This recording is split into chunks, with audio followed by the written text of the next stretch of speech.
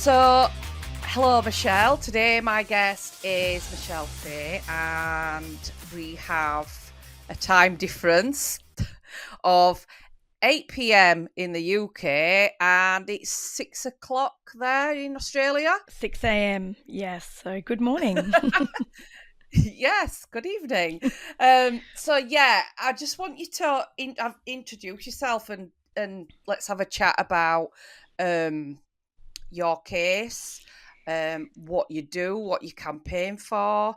I'm really interested to find out everything because it's, as we discussed before I press record, you've said that there's nothing that you can't speak about in regards to your case. So, and we've agreed, you've agreed that it is important that voices are heard. Yes.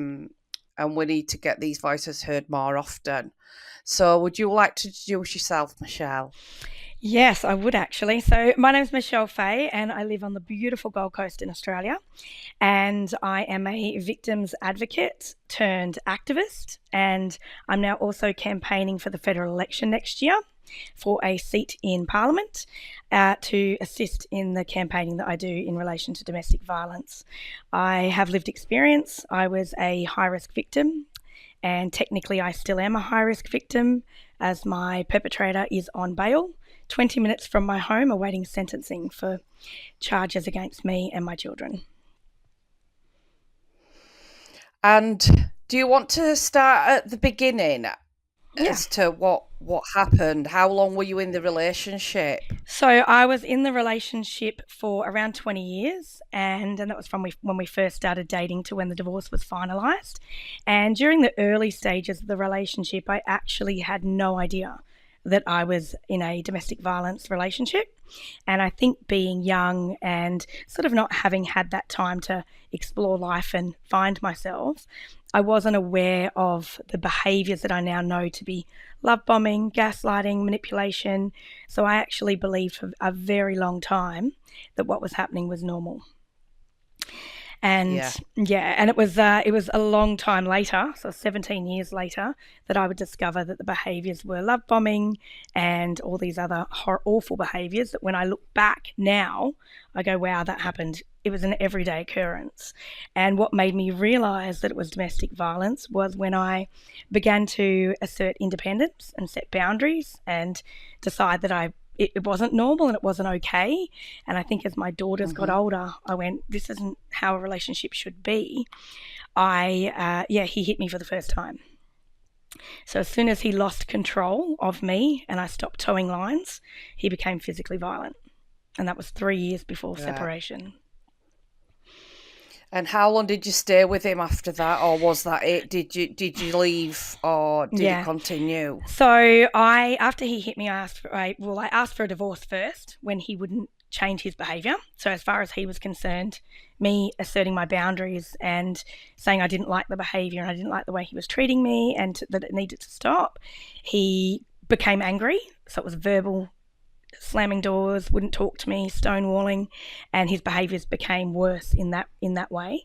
And once I asked for a divorce, he hit me, and then it continued. So the physical violence from there escalated, and then I started to see other behaviours such as a tracker in my car, recording devices around the house. So from that point, I effectively became a prisoner. And as I say to people, it was The Invisible Prison, which is also the name of my upcoming book. I knew where the bars were, I knew where the lines were, I could go and do shopping, I could go and drop the children at school, but that was pretty much the limit of what he would allow me to do. And if I went for longer than what it would be expected to do the shopping, or he'd get up in the morning and my car was gone, he'd be straight on the phone or he'd be in the car looking for me. Yeah. And that went on for 3 years.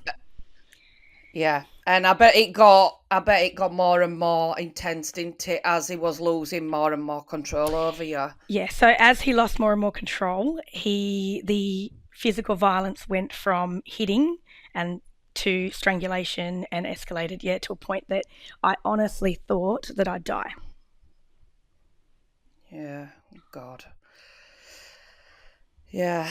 And how I got away, it was not a matter of me leaving. And, I get asked the question a lot, why didn't you leave? Like, why did you actually not leave? Mm-hmm.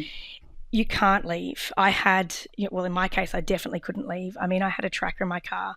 He knew where I was at every moment. He had my emails tracked. He had my phone tracked. Everything was tracked. So everything that I did was under surveillance. So I couldn't get assistance and I couldn't get help to plan to leave. And in the end, he went too far and he was arrested.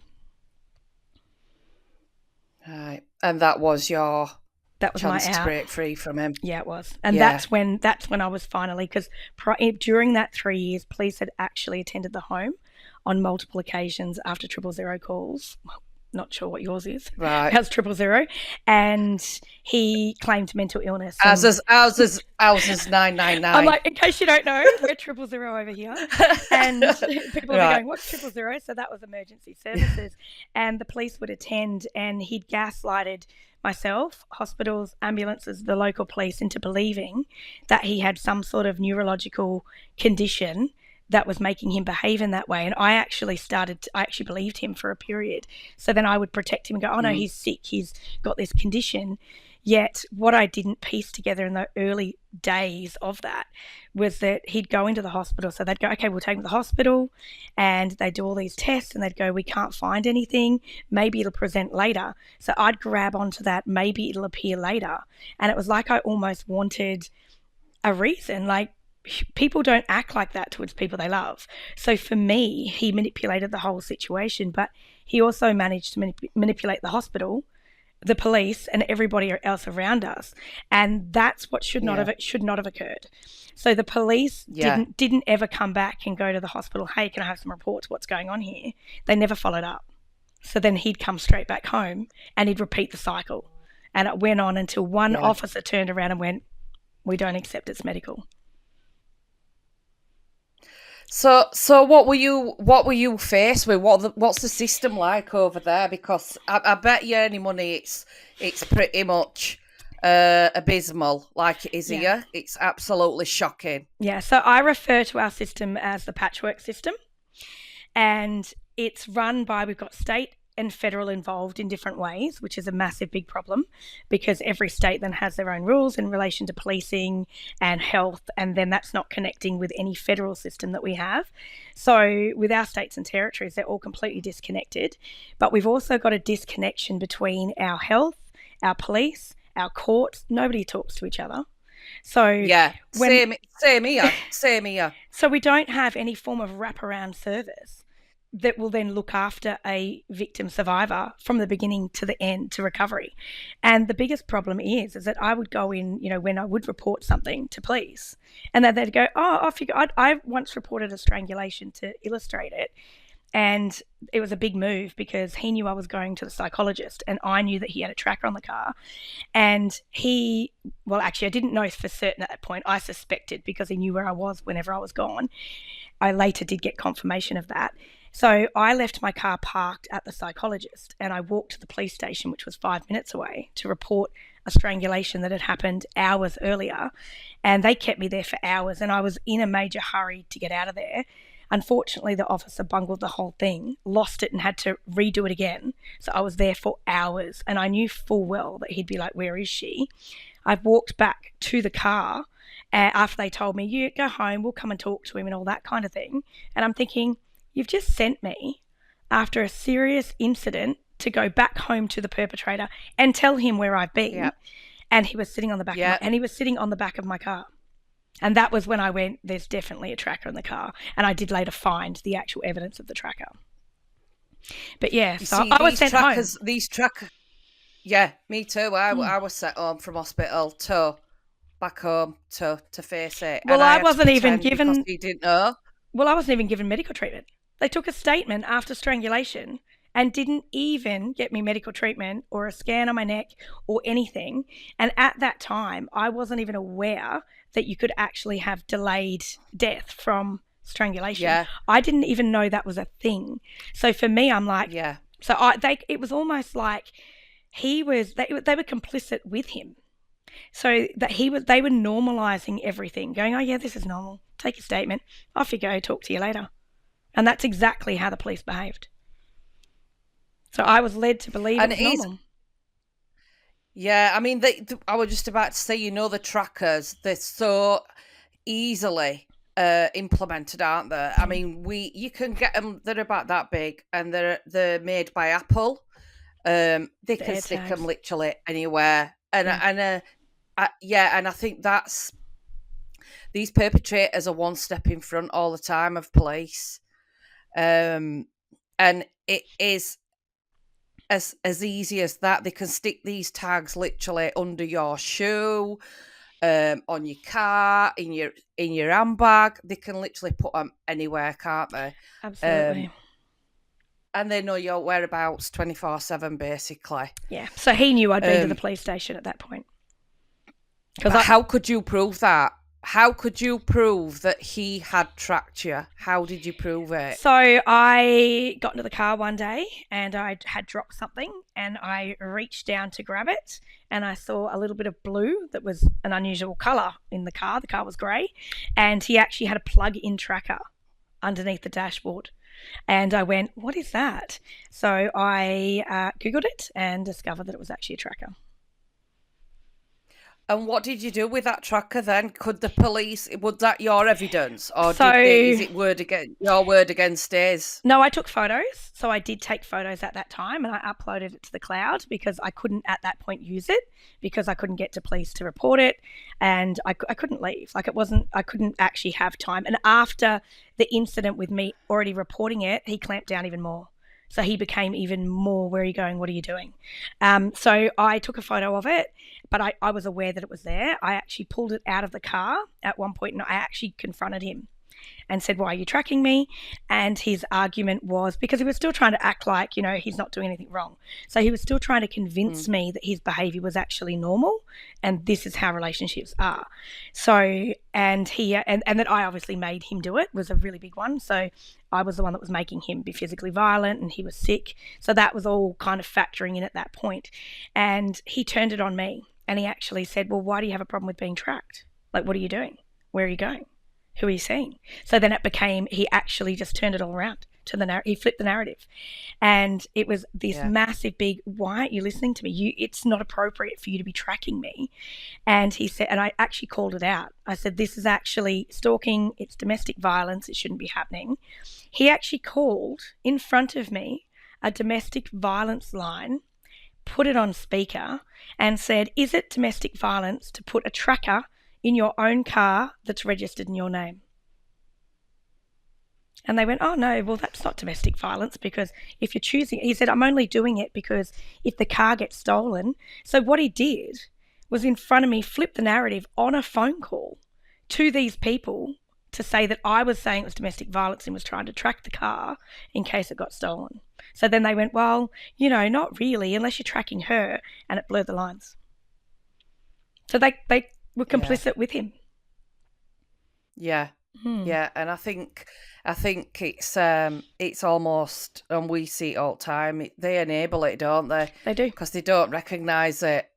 They don't see it, do they? What's happening? Yeah, they absolutely do not. But even after he was arrested the first time, so a domestic violence order was issued, an intervention order, that he would not be able to come in contact with me unless I gave permission, which is a really odd thing for me. I want them removed from intervention orders because if you have coercive control and you have somebody that you're frightened of, you're going to give permission.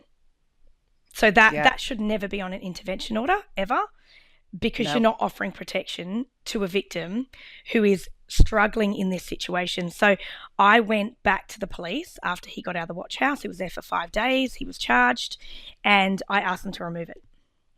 I said, remove it, because then there can't be any pressure. So they did remove it and I hadn't had contact with him for the 5 days. So they removed it. So it became a non-contact order. But it didn't stop. He would harass me through his lawyer. Oh, he really needs a meeting with you to sort everything out. He really needs this. So I would think, yep, okay, we need to sort it out. Safe place. I'm going to a lawyer's office. The lawyer would leave me in the room with him and walk out. And then he would just go again. So it was every system that I dealt with helped him. They assisted him in the abuse. So I'd had from about a year before that, I had a audio recording that I provided to the police that had happened 7 months before, and I provided that to police on the night of the assault where he was arrested. And I did that because he, as his defence that night, had said, no, she's got mental health issues, and the marks down her arms from my fingernails, that's because I was trying to stop her killing herself. And so that was directly after an assault, and they came into me and went, oh, he said you've got mental health issues and he was trying to stop you from killing yourself. And fortunately for me, because I knew exactly where that was going, I went, well, I've got an audio recording from January, and this is August, from January, that I managed to record, the only one I ever got, because he always took my phone. And on this one occasion, he didn't take my phone, and I pressed record, and it recorded an hour and a half. And I said, if I give that to you, will that help you actually determine what's happening here? And they said, oh, absolutely. So they pressed play, they began listening to it, and it was awful. Like, it just, even listening back to that made me feel sick. He paused it and said, look, I'm going to go and do that out here so that you don't have to listen to it. And he walked back in and went, yeah, he's going to the watch house. Like, that's really bad. So then they said, we'll actually investigate this incident with the recording as well. And I went, okay, so that was fine. I left the police station, intervention orders, all that kind of stuff, sorted all that out. Did they lose evidence? No, they didn't lose evidence. They just never listened to it again. So this was August, and it was really serious. Like, it's at that recording now is actually the subject of his current court situation where he's pled guilty, but he's awaiting sentencing. So it was critical. Really, really, really important evidence. And, in the audio recording, you can hear his fist connect with my head. He tells me he's going to kill me, and you can hear me choking. So it was very, very significant evidence. And so I waited till January, which I think that's a long time to wait for a detective to call me, which is where it needed to go. And nothing. So I called them and said, what's happening with the recording? Because in that period, he was still stalking me. His car was appearing in my suburb. He was like walking past in the supermarket. Like, he was actually everywhere. I would do the school run and I would pass him on his motorbike, and I was getting really, really worried. And on one occasion, he bailed my adult son up in the street, and he sort of started harassing him. And I went, I've had enough. Like, this is ridiculous. And there was at least probably 10 incidents where something had occurred that frightened me. So I called them up and they said, oh, no, we're getting somebody to look at it now. And I'm like, what do you mean? Oh, look, we'll get back to you. I was like, okay. I get a phone call back, and the comment that was made to me by an officer is, we are not going to be pursuing the recording because he sounds very confused, and you could have been across the room pretending that he was hurting you and making it up. So the recording's not enough. That made me really angry, and I actually spoke to that officer and told him that he was the reason women get killed. He then got very, very angry at me, and he turned around and went, did you just tell me that I'm the reason that women are killed? And I said, yes, I did. And I said, I'm going to go to another officer because I'm not comfortable with what you've decided. And he turned around and told me that cop shopping won't help me. And it was at that point that I went, yeah, I'm not sorry, but I'm not going to stop here, because I know full well that recording is like gold in a court. It was actual hard evidence. So I contacted another officer and told him what had happened. And he said, look, I'm going to get somebody to look at it or whatever. And he came back to me a few hours later. No, he didn't come back to me that day. I sent a letter to my MP, so my member for parliament, and I went, I've had enough. This has happened. I'm being ignored. I'm going to be murdered. I CC'd family members in that email, and I told her, this is my local federal or my local state member. I said, and it's been printed in the media, my letter has. I said, I'm going to be murdered. I've CC'd family and friends. I said, if something happens to me, you all know about it. That was where I went, because I went, I've had enough. And she met with me the next day. Following that, all this stuff started to happen. So the police suddenly called and said, look, we've made a mistake. You're in danger and you need to get out of your house. you're a high-risk victim. So immediately all this stuff happened. But she had to contact commissioners and ministers and all these people for that to happen. So we were put into safe housing for 4 weeks. At that point, she arranged all of that. We got security on the house. So everything happened within, 24 hours. Everything was arranged, and suddenly an investigation kicked off. That's all it took, was a federal parliamentary minister to go, this is actually wrong, deal with it properly, for it to actually be dealt with. And from there, it was investigated, and that's the subject of his current court case. But having said that, that was 4 years ago that he was removed from the home. And we're at sentencing now. He pled guilty earlier this year in February. And for the third time, his sentencing hearing has been pushed out again. So by the time, even after a guilty plea, so by the time we go back to court for sentencing, it'll be the 4th hearing and a year, and he's still walking the streets. 20 so he's minutes not even away. locked up? Oh, no, he was never locked up. He had 5 days in the watch house, and he was released on bail. He's never been, even though I'm a high-risk victim and everybody knows about my case, he was never locked up. He was given bail, and his bail conditions are not strict. His bail conditions are, he doesn't have a tracker on his ankle. Nothing. I'm responsible for keeping myself safe. I want to say that it's different in UK, but it's not. And I want to say that I'm shocked, and I'm not. I'm really not, because it's almost the same pattern that they all follow. And it's although we're thousands and thousands of miles away, it's the same feelings. Yeah. And I talk to a lot of people everywhere. I did a podcast from Canada a few weeks ago. Exactly the same story. Yeah. The systems are absolutely awful. And unfortunately, I've developed I've written a framework. So what I believe needs to happen is we actually need a consistent standard. So right now for us, I mean, I don't know how that would work for you, but we're not actually a massive country. We can afford to have a federal system that can oversee our states, and that's exactly what we need. It shouldn't matter where we are. We should be getting the same level of support. The police should not have discretion and be able to go, I'm just not going to charge you because you had a great excuse. The courts need to be locking them up and issuing a harsh penalty every time. If they breach a domestic violence or intervention order, they should be given harsh penalties, because not only are they committing they should offense, have this. Do you know what, Michelle? Right, I've been saying this for the last 3 years.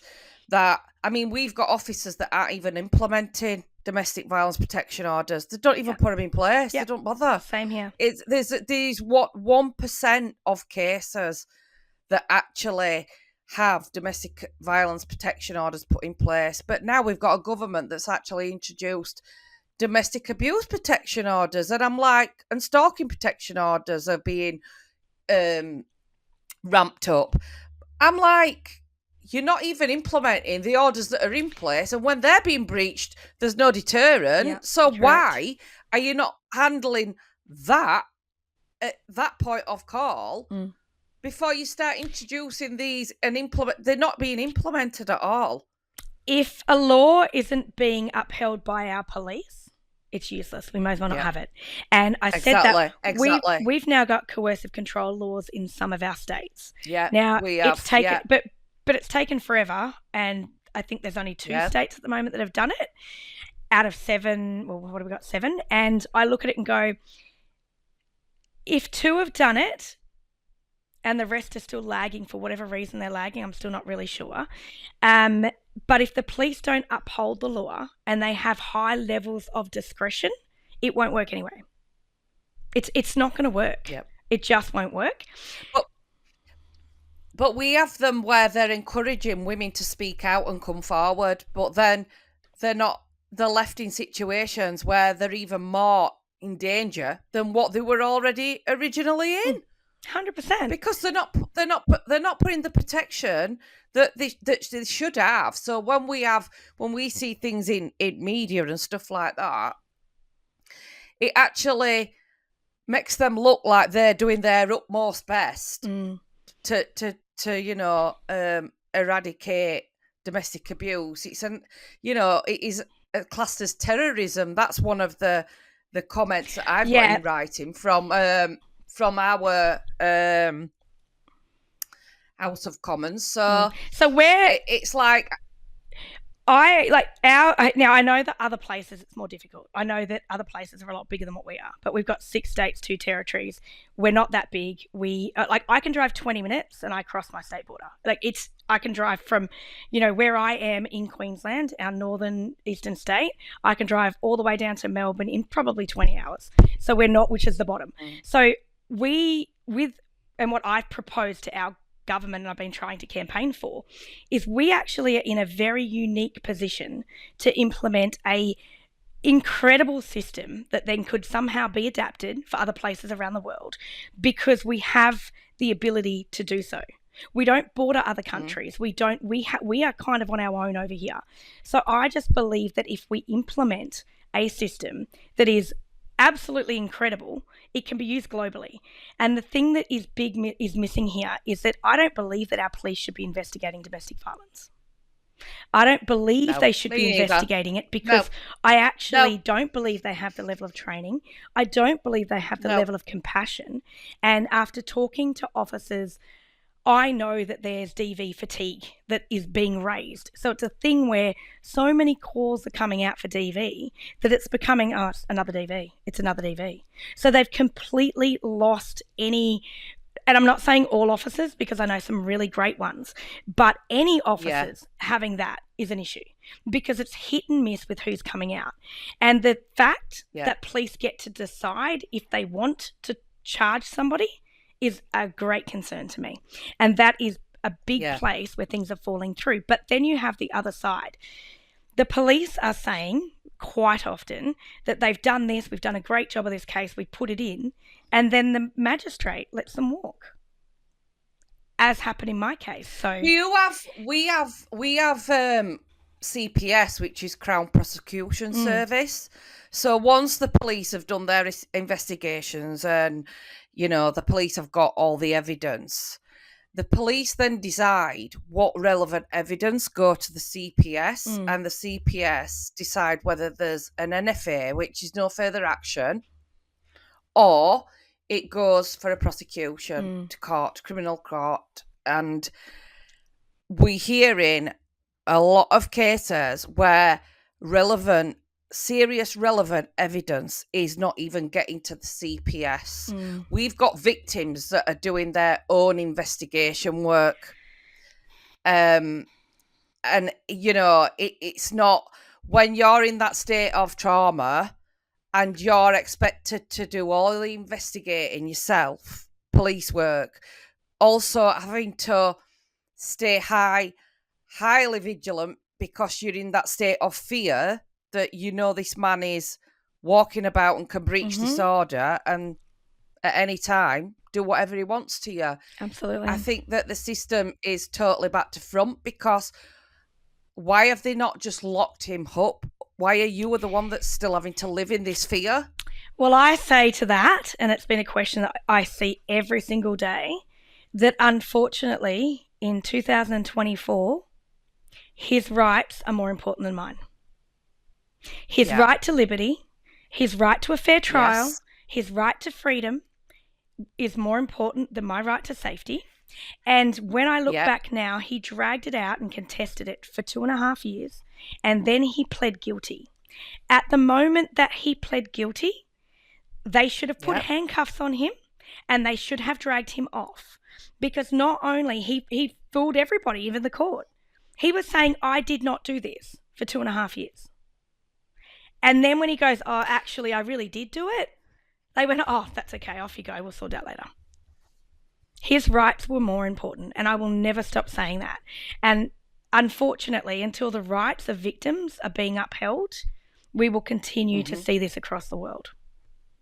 I know, and it stinks. It absolutely makes my blood boil. It really does, because women are losing their lives, and women's lives, these cases that we deal with, it could be prevented. They can be prevented quite easily. Yeah. And all you get from when it goes into national media, all you get from police is, we will learn from this. It's not good enough, is it? No, it's not. And, I made a formal complaint sitting in the Queensland Attorney General's office to the police minister about the conduct in my case. The words she asked me was, would you like to escalate this as a complaint? And I said, yes, I would. And that was in March 2023. And I've not even had a response. And when I reach out to that organisation, they don't even return my correspondence. Now, I don't know what it's like in the UK, but in Australia, police investigate themselves. Yes, they do. Now, if I'm... And so do social services as well. Now, if I'm investigating myself, there's bias. It's automatic. You're a human. You can't not have bias. Police should never be investigating themselves, or nothing will ever change. It can't. Yeah. No. And it's right across the board, isn't it? Because the actual complaints procedures that victims have to go through are as bad as the criminal case that they're facing, because it is so traumatic, because a complaints procedure isn't just, put a letter of complaint in. It has different stages to it, and it can go on for years. Absolutely. So, he was removed from the home over 4 years ago, and I'm still in the family court and the criminal court. The fact that... I was about to ask you if you've ended up in family court. Yes, I went to family court. Is it like here? Because it's shocking. So I pursued family court because I wanted a level of protection for my children, and I had financial things that needed to get sorted. So I was the one that actually pursued the action in the family court. I just wanted it sorted out. I wanted a divorce, and I wanted it all done. And I left it for a little bit, tried to sort of negotiate. You can't negotiate. You just can't. It was brick walls. It was brick walls. So I pursued it in the family court, and now we've got a section under our Family Court Act, Section 121, where I can't discuss detail, which is another issue that I have. Mm-hmm. We've got a actual gag order in our family court. So yes. So much happens in those walls in our family court. It's absolutely disgraceful and disgusting. Yep. And the things that I've heard judges say, and the victim blaming, and the putting children back in harm of perpetrators. And I mean, it's endless. I think we all know that happens. But because of that Section 121 of the Family Court Act, they can do and say whatever they like in family court, and they get away with it. They can place children back in the care of the perpetrator, and it can never, ever, ever be printed or released. So I can't say a lot about that, but I can say that the perpetrator has still sought contact with his children despite all of this going on. And I can tell you right now, this has got nothing to do with contact with the children. It's got to do with systems abuse. And it's being enabled by the family court. Yeah. He's being entertained. Yep. He's absolutely being entertained. He's the one that won't show up to hearings. He's the one that drags it out. He's the one that continues to go, no, I want to continue the action. For what purpose and what reason?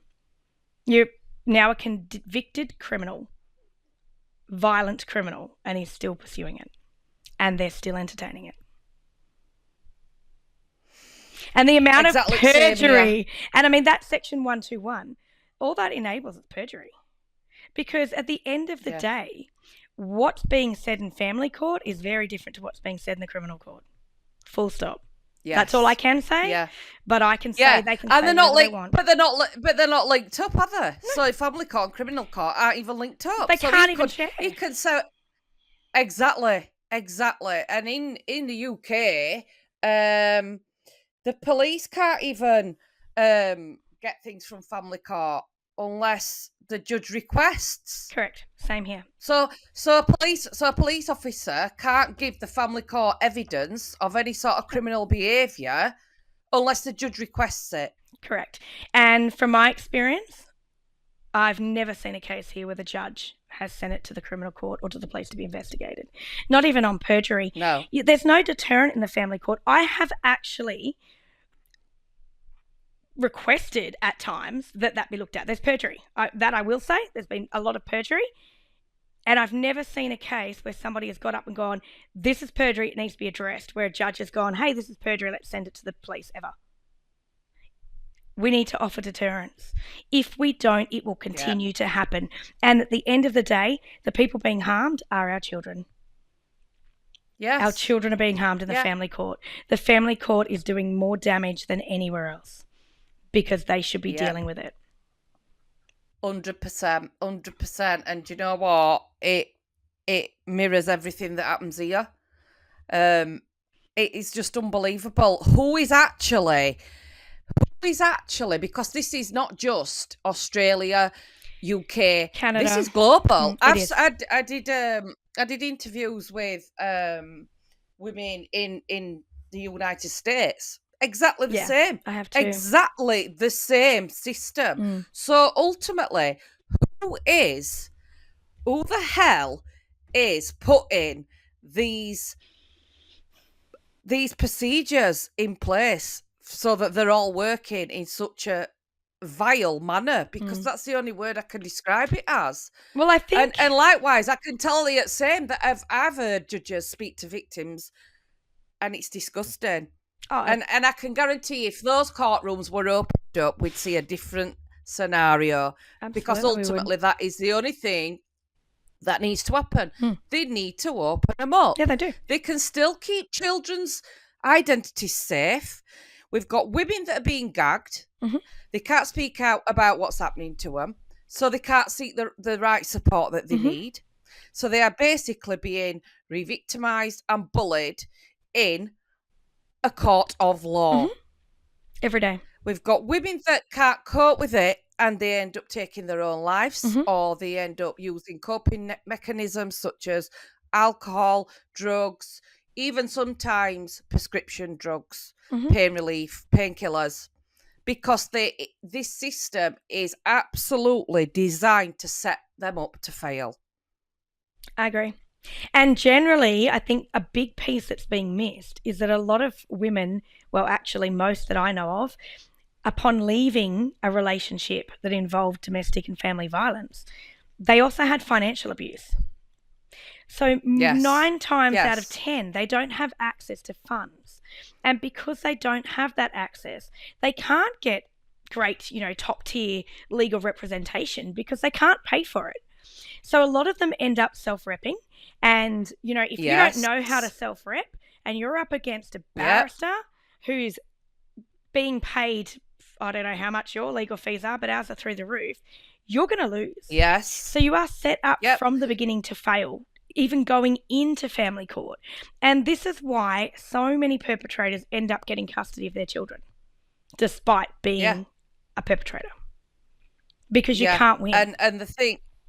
Yeah, and then you've got women that are left emotionally, financially. They're just broken. They're absolutely broken. They are. And how do you, part of what I do with my clients is I offer court support.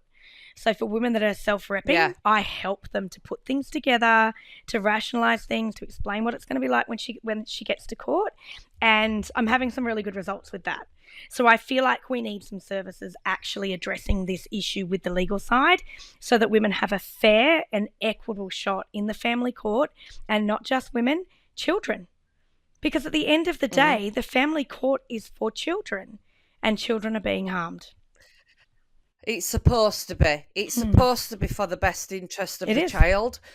And we have campaigns going on at minute that, the presumption of child contact needs to stop, because they see it that under any consequence, a child has a right to see the parent. But it's the other way around. It's like the abusive parent has a right to see the child. We've got kids that have seen and witnessed some horrific things, and they are speaking out and saying, but I don't want contact because of what's happened and what I've seen and what I've done. But yet judges are kind of ignoring that. Or we have social services that are ignoring that. And then, like you say, they end up where they do get contact and sometimes residency. And they become further harmed. Yeah. And the harm 100%. continues. And it doesn't stop because the relationship ends. And I've heard people say, oh, yeah, but if there was domestic violence between the couple, then there's no risk to the child because it'll end because they've broken up. I'm like, that's incorrect. Because perpetrators don't go on to just stop being a perpetrator. No. That doesn't occur. I've never seen that anywhere. They continue because that's what they do. Did you ever have social services involved? I don't know what equivalent to it would be over there. So we have Kafkas. Have you heard of Kafkas in the UK? No. Yeah, they're a joy. But we have to laugh. Yeah, well, do you know what? You have got to, Michelle, because you when you do this for other women and you're dealing with, such extremes, such horror stories, such horrific, barbaric stuff, if you don't laugh about it, you would crack up, wouldn't you? Oh, absolutely. I know I would. I wouldn't still be here if I didn't laugh about it. Exactly, because it is, I often say that it is too daft to laugh at because it's just unbelievable. Unless you've experienced it or witnessed it firsthand, you just won't believe it, would you? Well, that's the thing I often get when I tell my story is mouths drop to the floor. Like I spoke on stage a few weeks ago and it was only an 8-minute talk and it was about a little bit about my story. It was like a minute and a half and I kind of just condensed it from the love bombing to he nearly killed me. And it was in a minute and a half, told it really snappy. And then I went on to the systems and what's broken and what we need to do and how we can fix it and all that kind of stuff. And faces dropped to the ground. Like they just looked at me. Yeah. And then I had people come up to me after and go, I am so sorry. I never even knew that this happens. Because it's almost like domestic abuse is an underworld. It's an underworld. There's so much that's hidden. Yeah. There's so many, there's misconduct within our services, but on the social services. So we have in every state and territory, here we go again, we have different support services that are government funded to do different things in all over the place. Some are government funded, some are charity funded. So there's no real consistent program for that. Yeah. And, I've got my local one, for example. I mean, I reached out to them and at the time I was in a safe house and I'd already managed to have, they'd already organised me the cameras and all that kind of stuff. And I ended up with a duress watch on my arm through a lovely local charity who were not funded by the government, which I double tap the screen, it'll go to a call centre. So I had things in place. And I reached out to them and I'm supposed to reach out for support, which I did. And they said, oh, what's happened? I said, I'm in a safe house and this is going on. And they said, and security, I've got that. And they went, oh, well, you've pretty much got everything that we can do. So you're well on track. And I went, oh, okay, so that's it. And she went, oh, yeah, we can probably put you on the list for some counselling. And it was just so detached. I hate to say it, but it was like they didn't care. They're like, oh, well, you've got all that. Someone else has done it. And that was the last I heard of them. And, for me, I went, okay, that's a little bit odd. But a little bit later, we've got another one that's a statewide one. And there was a breach of domestic violence order and the officer gave me the card and said, you need to call them. And I went, what happens from here? Then I was starting to question things. I'm like, I already kind of knew what was going to happen. And he goes, oh, you call them. And I went, oh, and that's it. And he goes, yep, unfortunately, we don't get involved in any of that. I went, oh, okay. And he goes, look, I don't even agree with it because that's our system. So he was very much could see the issues and he was saying to me that it's an issue. So I knew what was going to happen. So I walked out, dialed the number, hit record and went, okay, let's see what they've got to say. I said, look, high-risk victim, there's been an escalation. I need to get out of my house. It's like 8 o'clock at night or whatever time it was. I think I got there early afternoon and it went into the night. And they said to me, oh, okay, I said, I need accommodation for myself and my children. We shouldn't be in the house tonight. And I said, and the police officer said it's an escalation. We shouldn't be in the house tonight. And she turned around and went, oh, well, we can't really help you. And I went, what do you mean you can't help me? Here I am coming to you for help. What do you mean? She goes, oh, we can only really assist if he actually turns up at your house. And I went, so you can help me if he comes here. Yet if he comes here, he's going to kill me. She just went dead on the end of the line because I became quite up front by the time this had happened. Yeah. And Yeah. she said, I'm sorry, but I can send you referrals. So anyway, got off the phone to her. She sent me referrals via text message, and every one of them were closed. And the thing is as well, I knew that was going to happen. It's like, what the hell do they think happens to you in that time? It's like, what do they think happens to you while they're having a MARAC meeting? Do you have MARAC meetings over there? No, what's a MARAC meeting? So it's like a multi-agency risk meeting. Oh no! So all organisations come together and discuss what safety plans and what level risk you're at, basically. We've got yeah. But even then it doesn't change anything, Michelle. And I just think there's so much that can be implemented that are just common sense stuff that could make it a hell of a lot better. I mean, it's not rocket science. No. They should just lock him up. Absolutely. Lock him up. Simple as that. Absolutely. Just lock him up. Yep. Absolutely agree. Yeah. And nothing has changed. Like, I made complaints. I made a big deal. I've been in the news. I've been so vocal about what happened, and my book will come out next year, and it's going to blow people's minds because I have these conversations, but obviously the book's going to tell a much deeper story, and nothing changes. So it doesn't matter how much we scream and we yell, and we've got organisations that rally. Our government is silent. We very rarely get anyone to even mention domestic violence here. Now, last year, 64 women were killed to men's violence. And that's not, I mean, it doesn't sound like a lot for you, but for us, it's a lot. And this year, we're already at 97. Now, that's a massive increase. We've had a 50% increase. And yet, nobody's talking. Our government's not saying anything. No. So back to your comment, you made a comment earlier, which I thought was really, really important. I believe this is terrorism as well. This is terrorism, yet nobody's calling it. Nobody's saying this is terrorism.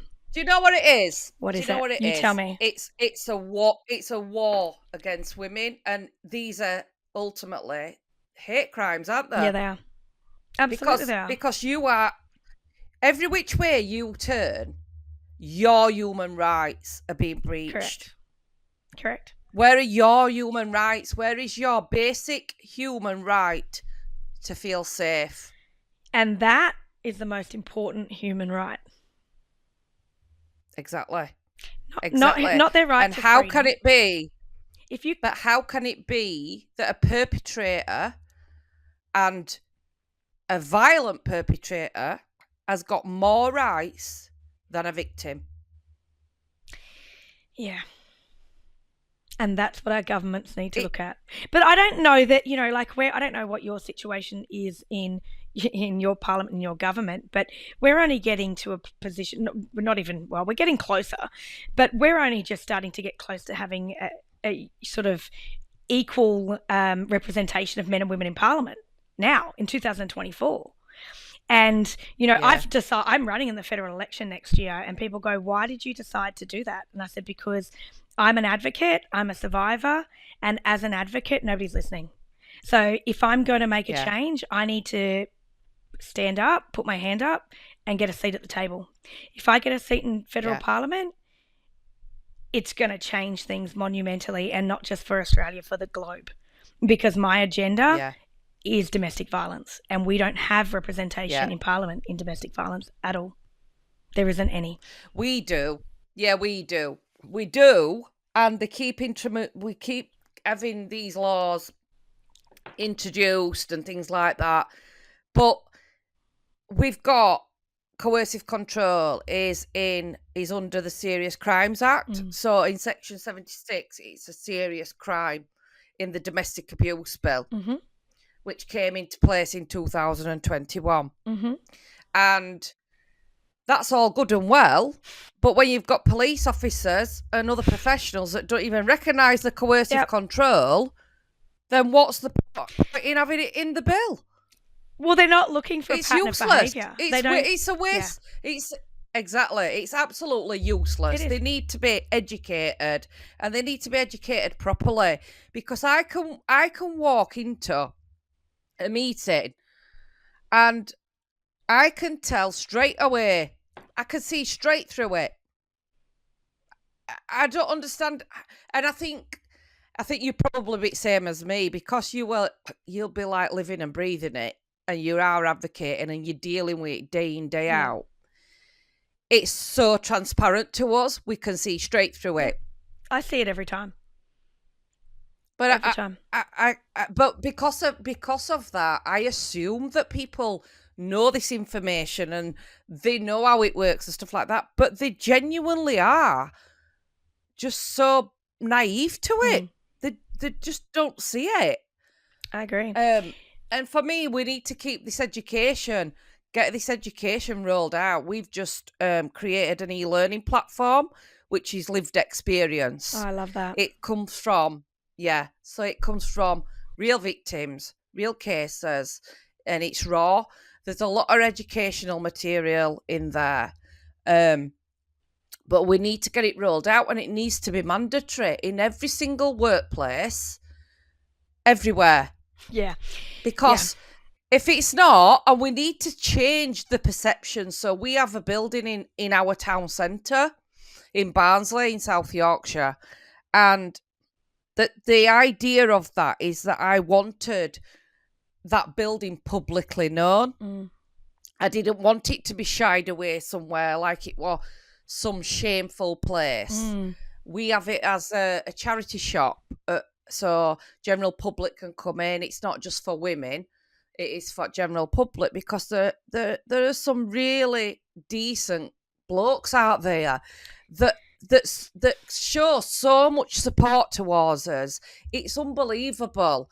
But then obviously we need to try and get the decent ones to be brave enough to try and call out the men that have still got that attitude, that they think it's okay to keep their women down. And I think... And it's changing society's perception, isn't it? Culture. I think it's culture. So I look at it and go, we have to change our culture. And with adults, it's really difficult to shift views. So we have to find really, really good ways of doing that. And I love that, because we've got a program called Mate's Bystander program. And that's exactly what it is. You call out the behaviour. So we've got people now starting to implement that program, which I absolutely love, because we have amazing men doing that. And but it's a culture. So it's going to take time with adults, and it's going to take these programs to do that. But I think one key point that's being missed is that we also need to start this culture change from our young children, from early childhood. Respect programs don't work. I've seen so much money spent on a program telling people to respect each other. We all know we should respect people. Every person knows that. Even children know that. So when you're telling somebody that's not a respectful behaviour, you need to do it like that instead, that's never going to work. That's not what we need to see. We need to see actual programs talking about real things. In school programs, we should be talking about coercive control in high schools, not respect. You need to respect. That's not the right thing to do. It's not respectful. No, that's not the right thing to do. That's coercive control. That's a criminal act. That's how we need to be speaking about it. And it's about using real language with our children, because our children, they're not stupid. Children learn so much faster than adults. And we need to be starting right at the ground and working all the way up through the entire society. Yeah. And it needs to be in the curriculum. Absolutely. It needs embedding. I agree. It needs embedding. If at the same time that they're old enough to learn about, sex education and genders and things like that, then that is when it's the time to teach them about things like coercive control and abuse and what boundaries are, and to know their boundaries. But I just want to say as well that, I have a lot of respect for men that do call other men out. Me too. And I just want to say, I think that they should be proud for doing that, because I think it's, that's amazing. And if we could get more and more and more men to sort of follow that suit, That's another massive change that comes in that society's perception. This behaviour isn't acceptable, end of. But when you've got laws that are more or less telling perpetrators, you may as well just behave as you like, because do you know what? We're not going to do anything about it.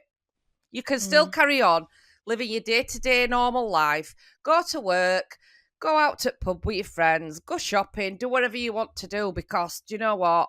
There is no deterrent, so you can just carry on abusing. And then you've got women and their children. I mean, it's no secret. I've said it. I've been saying it for a long time. I do not agree in Refuge. I do not think it's right in any way, shape or form that women are the ones that are basically having to move to the other side of the country into a place where they're not allowed to tell anybody where they are. Their children are having to be schooled inside them. They are asking for donations for basic needs for these women and children that are in Refuge. What is going on? Yeah, and that happened him for you up too. if it is deemed that these women are so unsafe that they have to go to the level of putting them into a refuge, then that man should be in prison. 100%. Simple as that. Absolutely. And that's a perfect test. Simple as. Perfect test. Yeah. Now, I was offered exactly that. They wanted to move me into a refuge 12 hours away, and I went, no. As I'm staying in my home. I said, you need to protect me here. Like, I made that really, really, really clear. And I mean, I didn't. I protected myself. But, I made sure I had all the security and did what I had to do. But at the end of the day, I refused. I went, why should we uproot our entire lives because you're not locking him up? And I had the exact same argument. 12 hours away, no support network, no community, no family. It's so much worse than protecting And what about your them. children? What about your children? So 3 upheaving them from everywhere. The thing is, from though, your family, any network that you did have existing has gone. And then what would have potentially happened is the family court would have chastised me for moving the children away. And I was also well aware of that too. Exactly. I can't just get up and move. It doesn't work that way. And, they say, yeah, but if you're a victim and blah, blah, blah, and you can put that to the family court. I've seen the family court go against that. So nobody wants to take that risk anyway. Do you know what? It's like a game of Russian roulette. It's like rolling a dice, because it's a double-edged sword in that place. It is. You're damned if you do and you're damned if you don't. So by staying, they can turn around and say, well, you're not keeping your children safe by staying there, because ultimately you need to go and be safe. So that gets turned against you. And if you stay or you go, makes no odds, because it can go against you. It depends on that judge and that day, because there seems to be that there is no pattern inside the family court. No. You think that there is, but then it's like, wow, did that just really happen?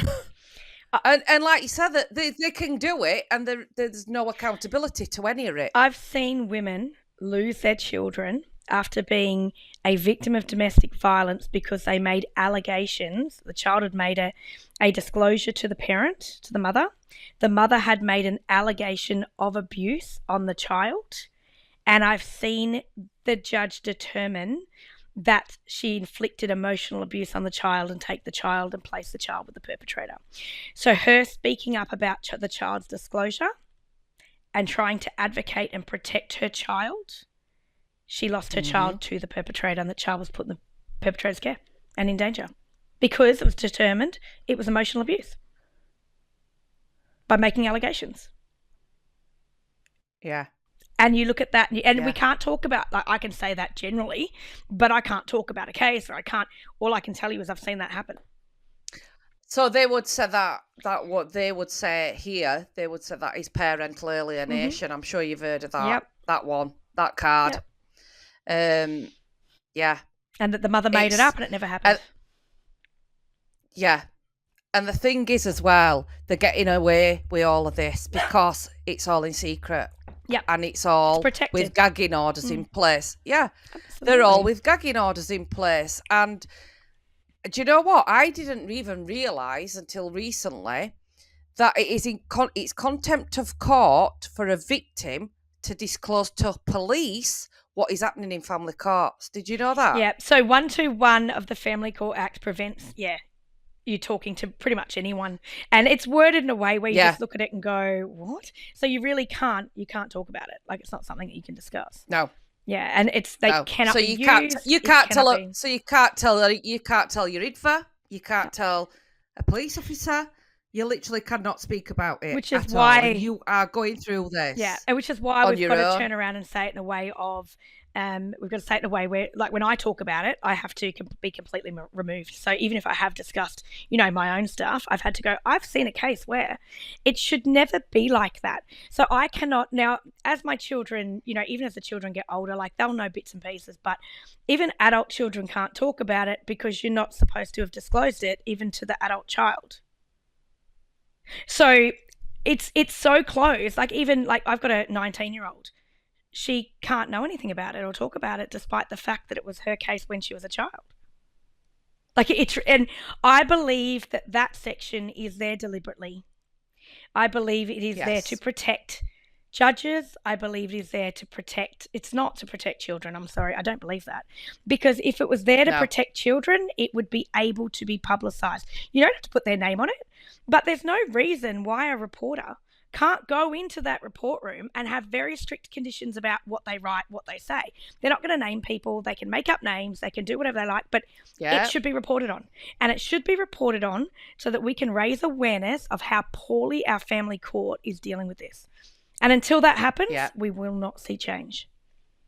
We just won't. I mean, which is another reason why, for me, getting into federal parliament and having parliamentary privilege is going to be extremely handy, because I have thousands of pages of documents that I have been exposed to with just investigations about DV cases, not in the family court, but with police and with child safety and all this stuff, where victims have come to me and gone, I need help. I've got so much evidence that I can use to push for change, but the only real way that I can do that is from within the family, within Parliament. I can't do that in any other way, because there's so much confidential information and child safety and all that kind of stuff. But I've seen evidence of just how poorly our systems are dealing with it, and it's mind-blowing. And I'm keeping every single bit, because it's going to be utilised. I will use it. But do you know what? There are absolutely thousands and thousands and thousands of women across this globe that are experiencing this, and their voices are all being suppressed because they are gagged. Correct. They are gagged. And the thing is, I did a podcast with a solicitor, a legal rep in the UK, and he has never known a woman be sent to prison for a breach of a court order because she deemed it unsafe for her children to have contact. So I think that speaks volumes, really, because ultimately,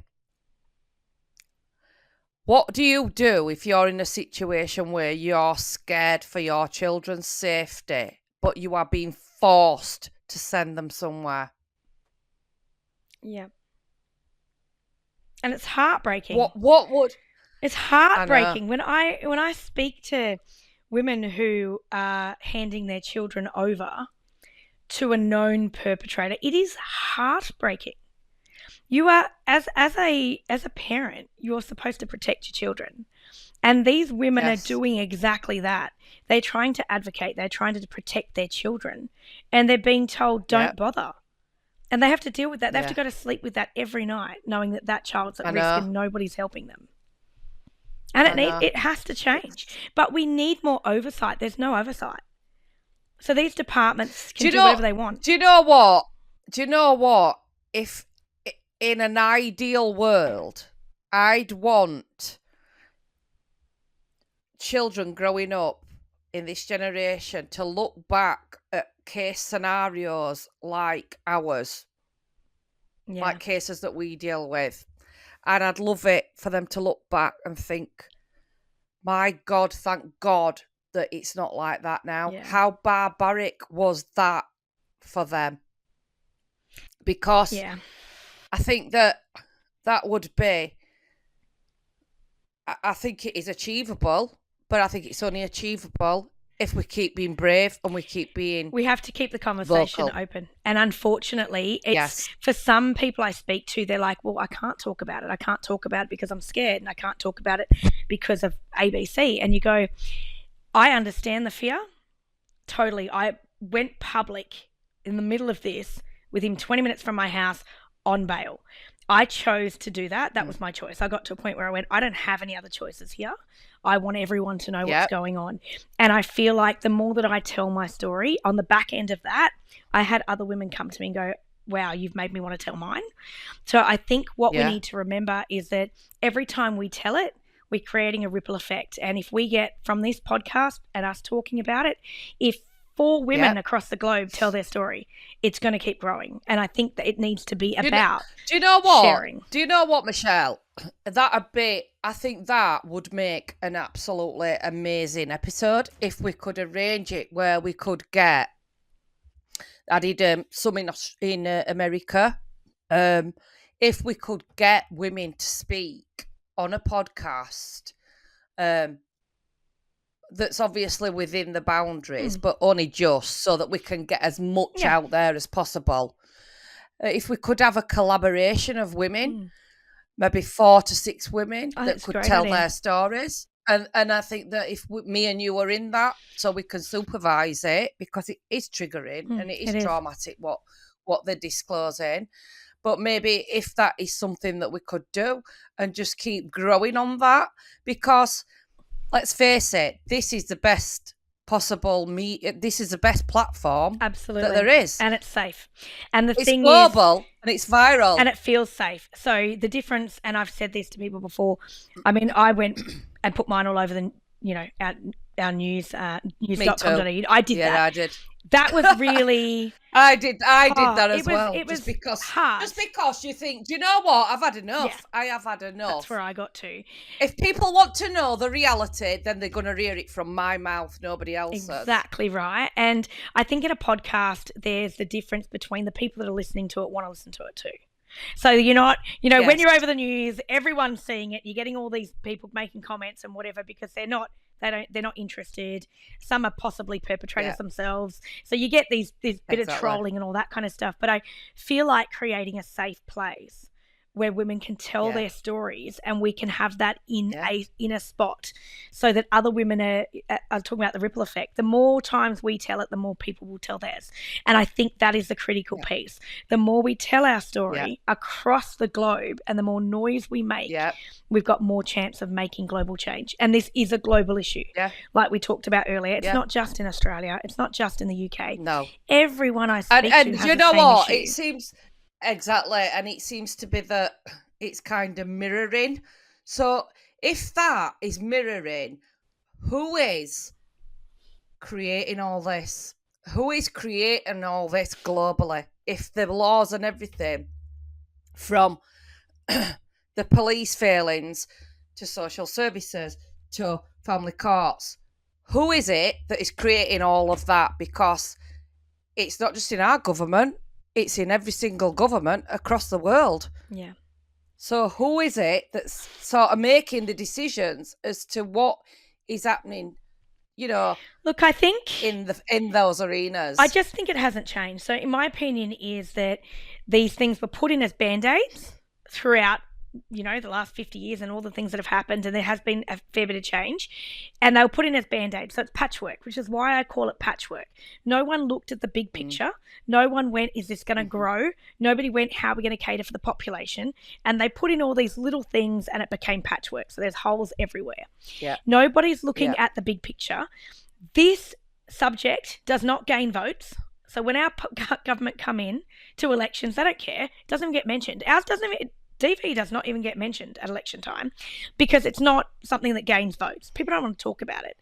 And I think the piece that they're missing is if we can create a great system It'll be streamlined. Mm-hmm. We can reduce our costs in healthcare and in frontline services and all Yeah. that kind of stuff. And then we can Yeah. redirect that Yeah. money when we've got Yeah. this under control to other places that need it, Yeah. like cost of living and homelessness. Exactly. So even though it's Exactly. costing billions of dollars for a system that doesn't work. So we need 82 billion. 82 We need a new billion one. in the UK. Yeah, we need a new system. And rather than keep Yeah. patching up what we've got, we need to let that continue to fail because that's what it's doing. And we need to, behind the scenes, be creating a brand new system that's going to cater for the next 50 years. Because we are Yes. using a system that was developed without all of this in mind. Nobody Yeah. ever looked at it and went, this is going to happen. They just went, oh, okay, we need we'll give police a little bit of training and we will put a support service in here and that is the patchwork. It is a patchwork quilt. It is nothing more than that. Yeah. Money gets thrown at it and it's still broken. Bottom line, But do you that's know all what? it is. Do you know what? Do you know what? It's time to rip that plaster off because I think so I am too. sick of it. And I refuse for our charity to be that plaster anymore. Yeah. So I will hold police to account, and I will keep doing this until eventually things do change. They keep saying the changes are being made. If you look at it from what it was like 10 years ago to what it is now, there's been massive changes. No, there aren't. I haven't seen any. It's getting worse. It's getting worse. I have not It's getting seen worse, and anything. it's getting even worse because the actual perpetrators is getting more and more in the police forces, the people that are supposed to protect you. Yeah. So and on that, we talked about police investigating police, which is a massive problem. We have a similar issue. There's a lot of domestic violence amongst our police officers, and at the end of the day, if you are a perpetrator of domestic violence, you are of not fit character to be a police officer. No. I'm sorry, but you're not. Exactly. And this is where employment law needs to catch up, and employment law needs to step in. Because police officers misconduct, not holding perpetrators accountable, being a DV perpetrator themselves, there's no accountability. So they just get away with it. It just happens, and nobody does anything because there's nobody standing up saying stop.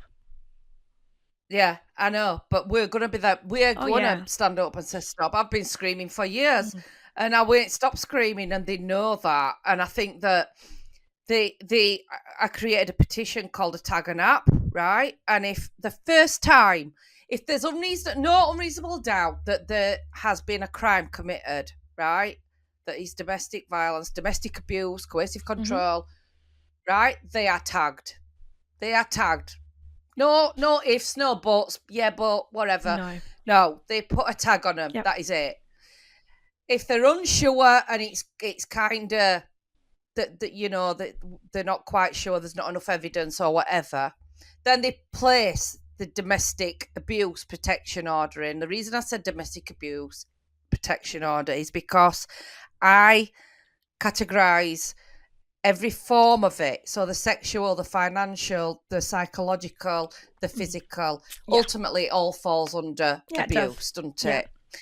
And that order, if it is breached on just one occasion, that tag goes on. That is it. Absolutely. That is it. There's no excuses. There is no excuses why they should be breaching those orders. 100%. And I think that the victim has an app, a GPS app, on her mobile phone.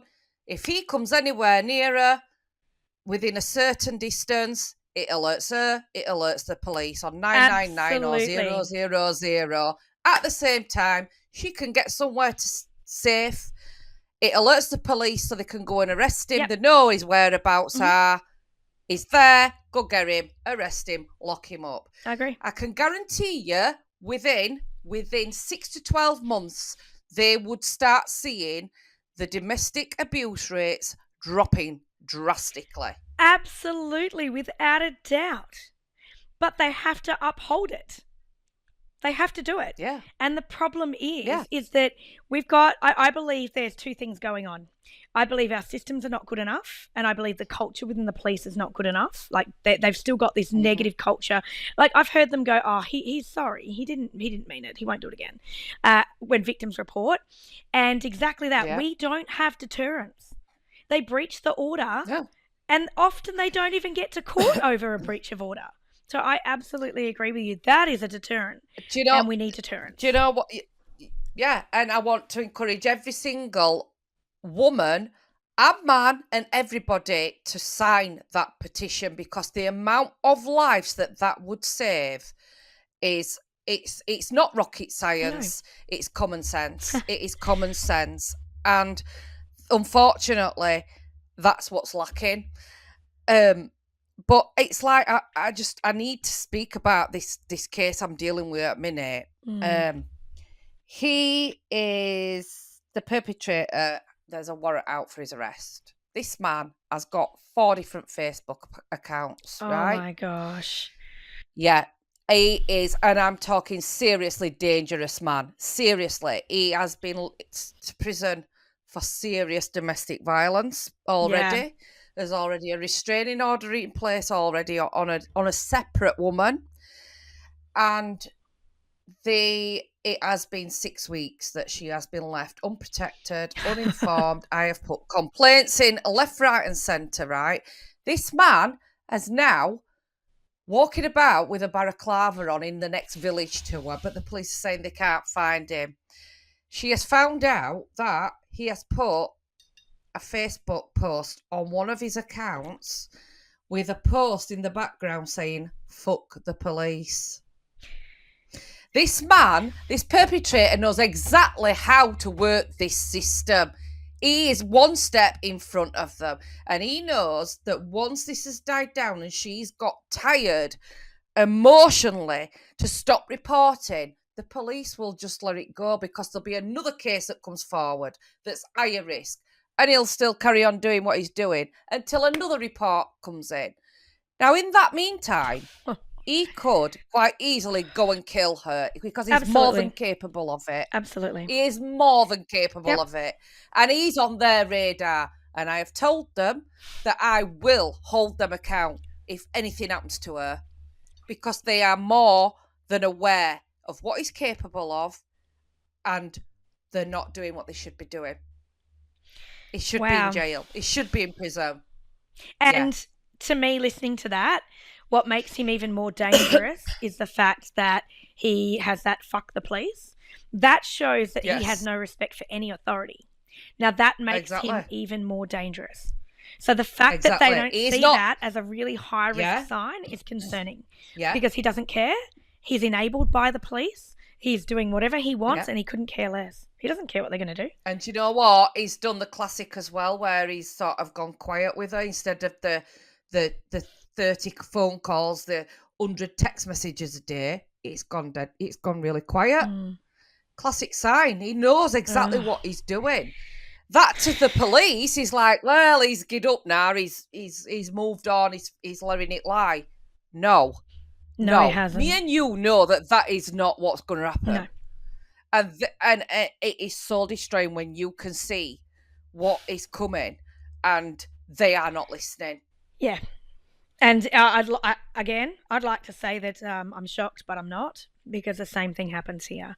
And, I've seen in a recent case, in a stalking and harassment case, where a perpetrator was 5 months to issue a protection order. 5 months to offer her any protection at all. Yeah? Yeah. Do you know what? They don't even use them. They're not even using them. Nope.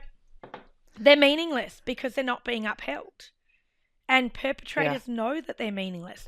A perpetrator knows that they can have certain amount of breaches and how they can handle it and what they can do and how they can be sneaky, particularly in stalking and that harassment kind of thing. And I've seen it in my own case. I had 6 breaches that were dropped by police.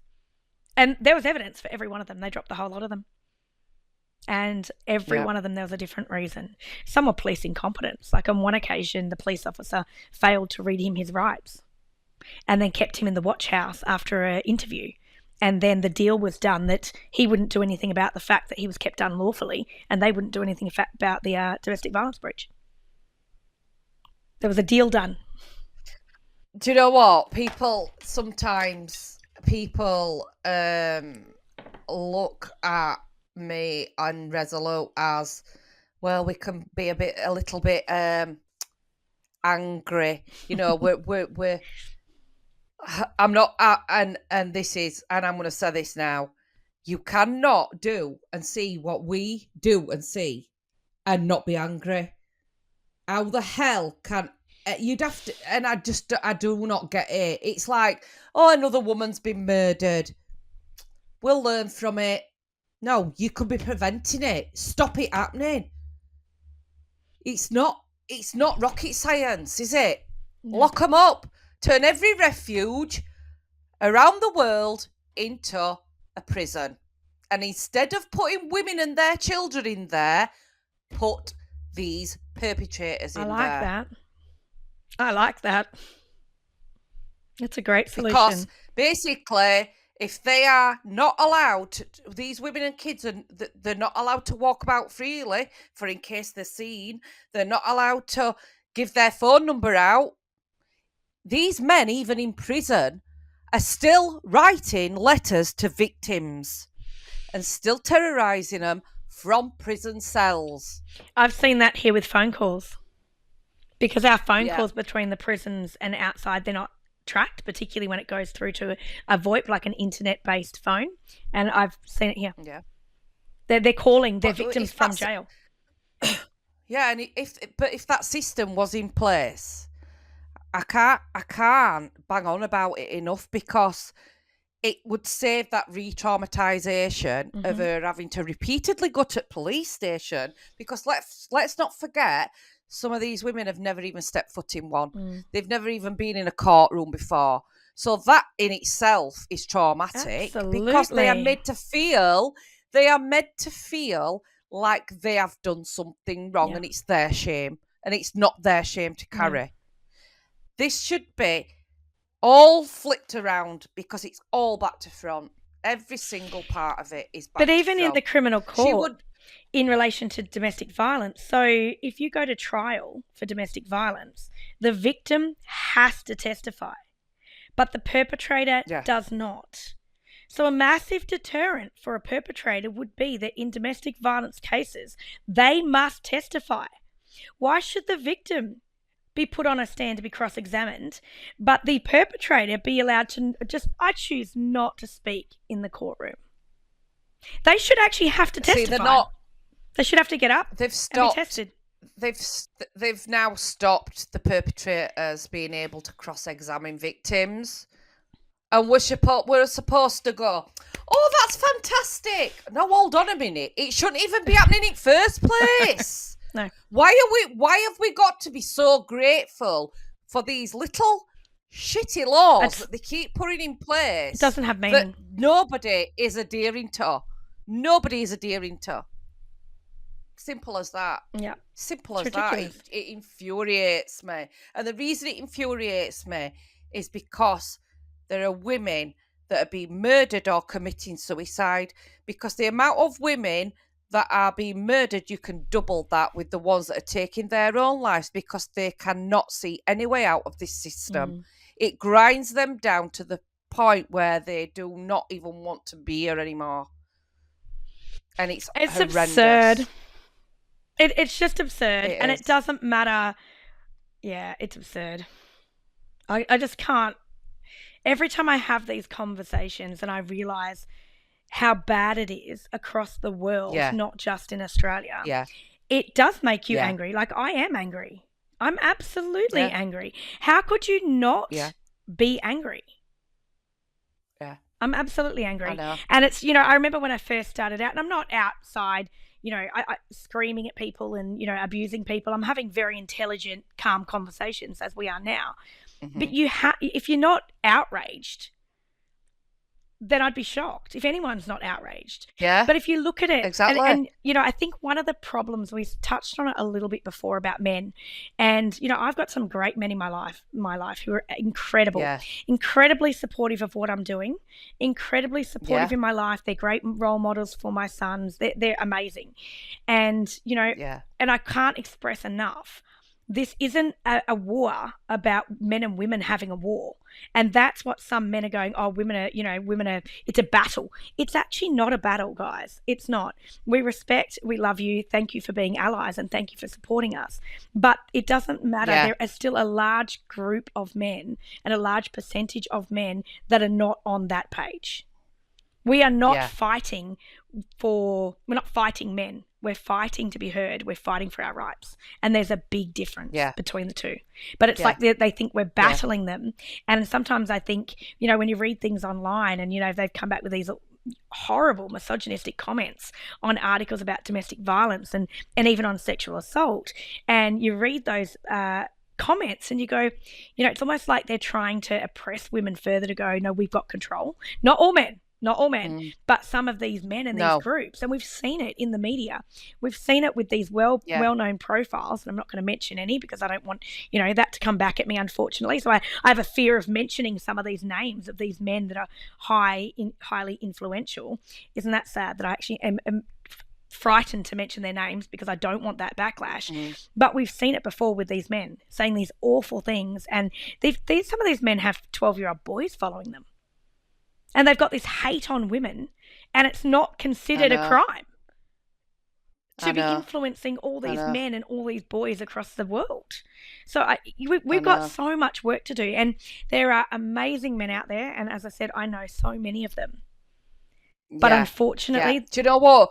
We have had men so supportive of what we're trying to achieve, and it I'm on the same page as you. We are not here to sort of. It's not a war. Diminish men. It's not. That's not what this is about. This is not what this is about. It is not a war. We're not warring with men. But I do. No, definitely not. We're just not. But I do think we need to continue this with further podcasting. I'd love to, and get others in. And I've got get others involved. I've got quite a few of my clients who would love a voice. They would love to have a voice and be able to stand up and talk in an environment, because this is very different than being televised on a TV. This is an environment where people that are listening to this want to hear it. And I think that can be that little bit of security when you're doing this kind of thing. So, look, I think it's really important. And I think having these conversations will have that ripple effect. And we've got to keep doing it. And I love having this conversation with you, because we're having a conversation about the globe. This is about the whole world. And actually, I'll be in Paris in March to give a talk on this exact topic and about systems and how it's affecting us across the globe. So that's me actually bringing in that whole global perspective, because we all do it within our little pocket of the world, which is fantastic. But I do think we need a much broader context. And if it's happening everywhere across the world, then we need to look at it. Why? Like you said, why is it happening across the world? Yeah, exactly. Why? Exactly. This ain't just one or two, is it? Or a couple of dozen. This is like, we're talking thousands. How can thousands of women's voices be ignored? It still amazes me when I watch a case go through and it's been through ministers and all these different departments and everyone's looked at it. And it still amazes me that the response that comes back is, oh, we can't really intervene in that department, and that department, and that department, and that department. And I go, they're brushing it under the carpet. They're all handballing it is probably the best word to somebody else. We'll just handball that off, which is the very reason why I'm collating all of this in one space, so that I can actually bring this up as a whole in our government and go, hang on a minute, guys. And, when I first elected to run in the federal election, and I mean, to be honest, my initial thought in running, it was an act of activism. I went, you're not listening to me, so I'm just going to get a seat at your table where you're going to actually have to hear my voice. It's kind of expanded from that now, because now that I've gone through other systems in other areas like disability and aged care, I've gone, oh, hang on a minute, this is happening across the board in every single sector. Every sector has issues with our government systems. So that has kind of broadened my context a little bit in the fact that this is a social issue and our government can't get it right in any sector. So I'm not sure about, in the UK, but maybe it would be worth having a look at all the other sectors, because when I did that, I went, so this is systemic in the government. That it's coming from them. It's coming from our government. I went, that is why I need to actually be doing what I'm doing. And I need to get into federal parliament. And if I get in there, I'm going to be able to make the most change that I can make. And I mean across the world. Because it will give me a different platform than what I've currently got. And when I get that platform, it's going to make a difference. And, I'm not a career politician. I didn't study politics. I'm actually a real person trying to deal with real issues that nobody is looking at in Parliament House, and they're not. They're not looking at it. But that's what it needs. That's what it needs. And we need that's more exactly real what people. It needs. We need more real people in Parliament. And I would say across the globe. We need more real people in government across the globe. And, we've had I'm not sure about over there, but we've had a real push for independent candidates. A real push. So Australia's not happy with our two major parties that keep going back and forth, back and forth, back and forth. And we've now got a major push for independent candidates in our elections because people have had enough. So I do believe people have had enough. And the only way to fix it is to have a voice. And you do not get a voice. They have absolutely had enough. They have had enough. They have. And I think we're getting that pushback now. And I think in this space, I'm hoping that pushback is going to make a massive difference. But we do need more people talking about it. We really do. Yeah, we need more. We need voices. So, and I've considered before I've sort of started writing already a book to tell stories of women that don't want to tell their story themselves, are afraid for legal reasons or privacy. And I'm compiling those stories because I think it's really important to show people that this actually does happen all the time. It's not a one-off. My case is not one-off. My own government tried to gaslight me into believing that I fell through cracks. And it's not the case. And I also think another push would be really, really good is that now that I think one thing that people forget, family court, criminal court, perpetrators, is that children grow up and they become adults. And I've now got 3 adult children, and one of my children's 19, and she's super keen to tell her story, and she legally now can. She can't talk too much about the family court because she doesn't know that much about the family court, but she can talk about her experience being a child in a household with domestic abuse and the letdown in the system. And she knows about the letdown because she was taken into safe houses and she watched the stress. So I think even getting children that are now adults to come forward and go, well, hang on a minute, but it hasn't changed, because that happened back in my day too. So I think there's a few avenues of storytelling that really needs to be done across the globe. Absolutely. Yeah, absolutely. 1,000%. 1,000%. But I'm going to end it now. I'm going to stop recording because we've gone into an hour and a half, which I could talk to you all night. Well, it'd be all morning. Every time I get on a podcast that happens, we go double time and people go, we went double. I'm like, I know. I could it's talk because to you we're all so... day. I know. It's because we're so passionate, and the reason we are so passionate is because we know exactly how every single one of those women feels. Absolutely. That level of fear, that level of trauma, that level of being failed. And that's why we've got to keep going. Michelle, we've just got to. We do. And I won't stop. This is my life. This is my life's work. Like, it's not going to end for me. It's not something that I've entered into and I'm going to fall off the face of the earth in a couple of years. I'm not going to stop.